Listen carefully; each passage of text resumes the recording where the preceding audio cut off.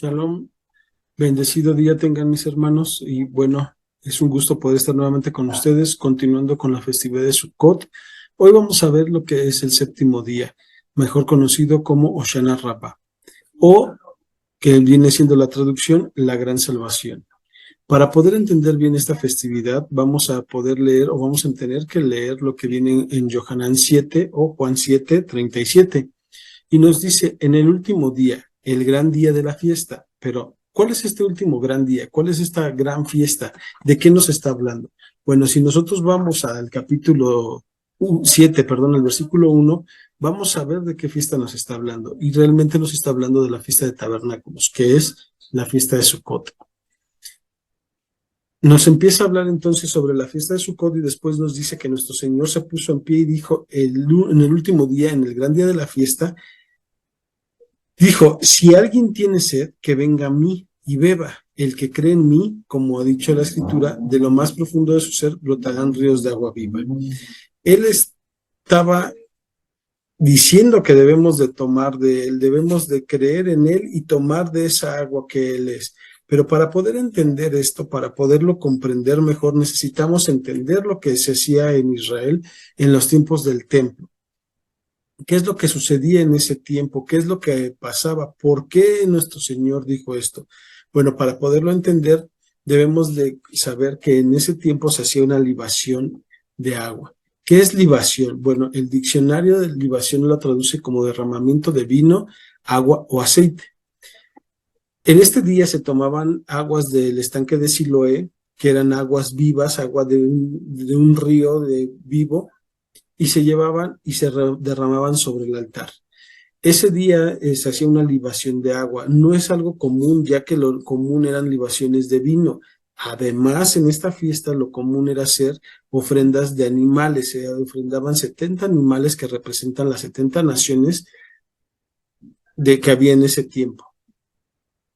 ¿Qué es lo que se hacía entonces? Se tomaba esta agua, se danzaba, se alegraban, derramaban el agua sobre el altar y además encendían luces. Era una fiesta de alegría, era una fiesta de suma alegría, sumo gozo. Ellos encendían luminarias, estaba todo Israel, se veía a lo lejos Israel de tanta luz.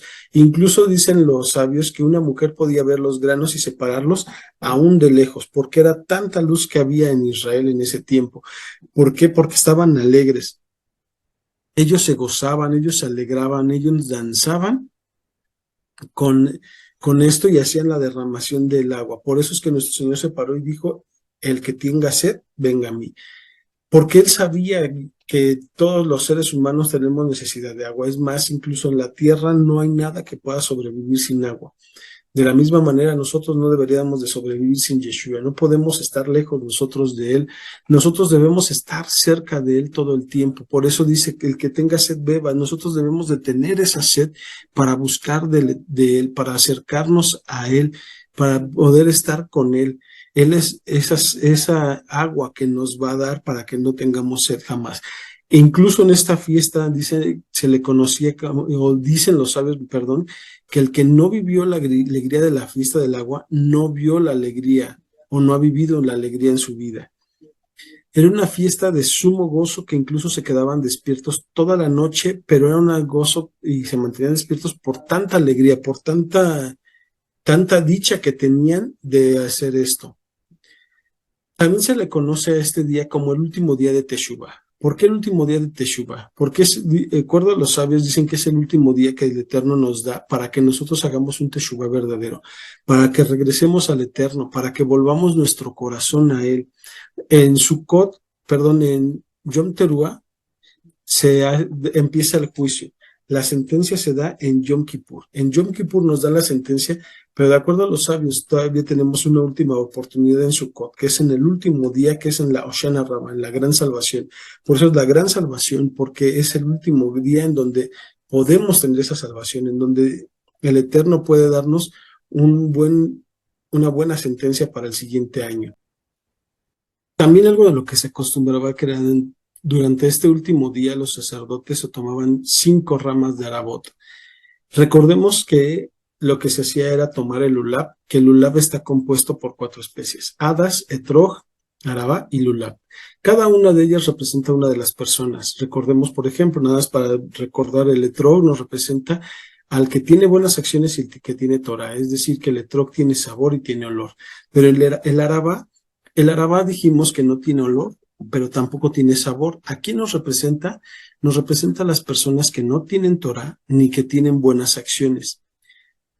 Entonces, ¿por qué utilizar arabot? ¿Por qué utilizar esta hoja o esta rama que no tiene aroma, que no tiene sabor, que representa a esas personas malas, esas personas que no conocen del Señor, aquellas personas que no les importa la Torah, que tampoco no les importa hacer buenas acciones? ¿Por qué el arabot? ¿Por qué no tomar el ulab? Porque en este día también lo que se hacía era dejar de lado el ulab, dejan un lado el ulab, toman los arabot, que son las 5 ramas de arabot, y con eso se empezaba, o se empieza, mejor dicho, a golpear el suelo. ¿Por qué golpear el suelo? Porque hoy no tenemos altar. Anteriormente, cuando había un templo, cuando había un altar, lo que se hacía era dar vueltas alrededor y se ponían sobre el altar.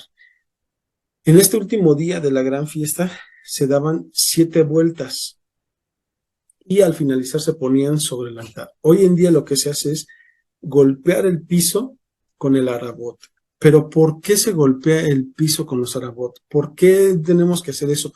¿Por qué no con el ulab? Que el ulab representa la unidad, el retrog representa esa unidad que quiere el Eterno.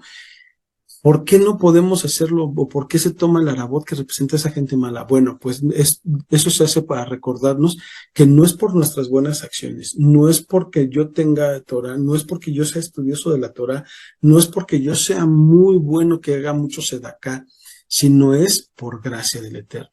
Porque a Él ha complacido darnos de su salvación. Por gracias nosotros somos salvos. Por eso dice la Escritura, porque por gracia soy salvo. Por eso mismo en este día se dice, oh Adonai, envíanos nuestra salvación, te lo rogamos, que en hebreo es Ana Adonai Oshiana. Se canta Ana Adonai Oshiana, Ana Adonai Oshiana. Oh Adonai, envíanos nuestra salvación, te rogamos por nuestra salvación, te rogamos que mandes esa salvación.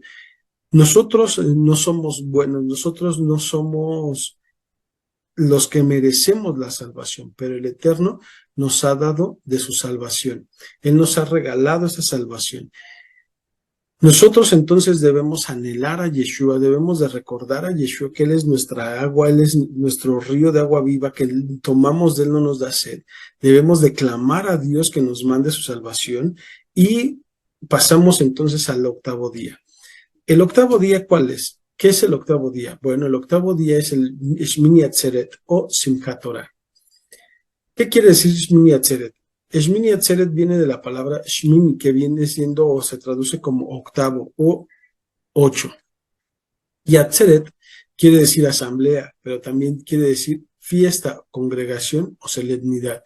¿Qué estamos diciendo entonces? Que es la 8ª fiesta o el 8º día o la 8ª asamblea.